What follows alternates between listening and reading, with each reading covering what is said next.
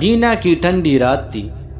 آسمان پر چمکتے ستارے اور مسجد نبوی کے قریب کی گلیوں میں ایک عجیب سی روحانی خاموشی چھائی ہوئی تھی۔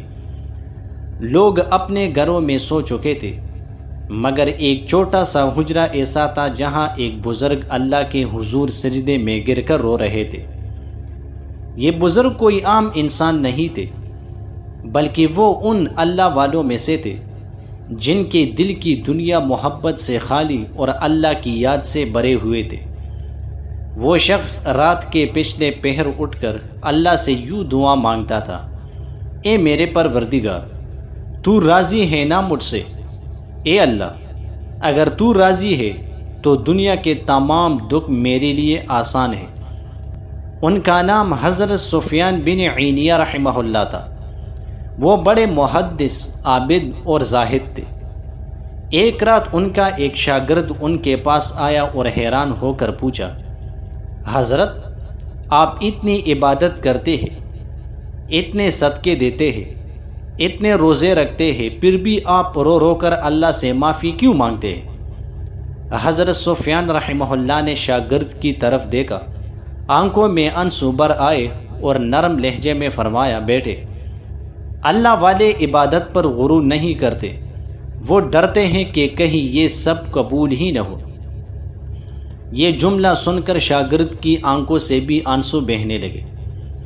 ایک مرتبہ خلیفہ ہارون رشید نے حضرت سفیان رحمہ اللہ کے بارے میں سنا اور انہیں بلانے کے لیے قاصد بھیجا تاکہ ان کے لیے قیمتی تحفے اور سونے کے سکے پیش کرے۔ قاصد ان کے پاس آیا، ہاتھ میں سونے کی تیلی تھی، اور عرض کیا: حضرت، خلیفہ آپ کی خدمت میں یہ تحفہ بھیج رہے ہیں۔ حضرت سفیان رحمہ اللہ مسکرائے اور فرمایا: قاصد صاحب، جا کر خلیفہ سے کہہ دینا کہ سفیان کو دو چیزوں کی ضرورت نہیں۔ پہلی وہ دولت جو دنیا میں چھوڑنی ہے، دوسری وہ عزت جو اللہ کے سوا کسی کے پاس نہیں۔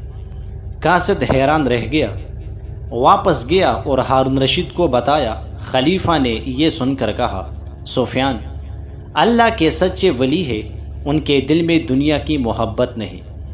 اللہ والے راتوں کو سوتے کم اور روتے زیادہ ہیں۔ ان کے دل دنیا کے شور سے خالی اور اللہ کی یاد سے لبریز ہوتے ہیں۔ حضرت رابعہ بصری کے بارے میں آتا ہے کہ وہ رات بھر سجدے میں رہتی اور کہتی: اے میرے مولا، اگر میں تیری عبادت جنت کے لالچ میں کرتی ہوں تو مجھے جنت سے محروم کر دے، اور اگر دوزخ کے خوف سے کرتی ہوں تو مجھے دوزخ میں ڈال دے، لیکن اگر میں صرف تیرے لیے عبادت کرتی ہوں تو مجھے اپنی رضا سے محروم نہ کرنا۔ یہی اللہ والوں کا مقام ہے۔ ان کے لیے سب سے بڑی کامیابی نہ دنیا ہے نہ جنت، بلکہ اللہ کی رضا ہے۔ اس کہانی کا پیغام یہ ہے کہ اللہ والے کبھی اپنی عبادت پر گھمنڈ نہیں کرتے۔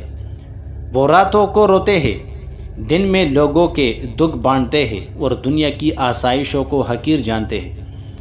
ہم میں سے ہر ایک چاہتا ہے کہ اللہ کا قرب حاصل کرے، مگر اس کے لیے سب سے پہلے دل سے دنیا کی محبت نکالنی ہوگی اور ہر عمل میں اللہ کی رضا کو مقدم رکھنا ہوگا۔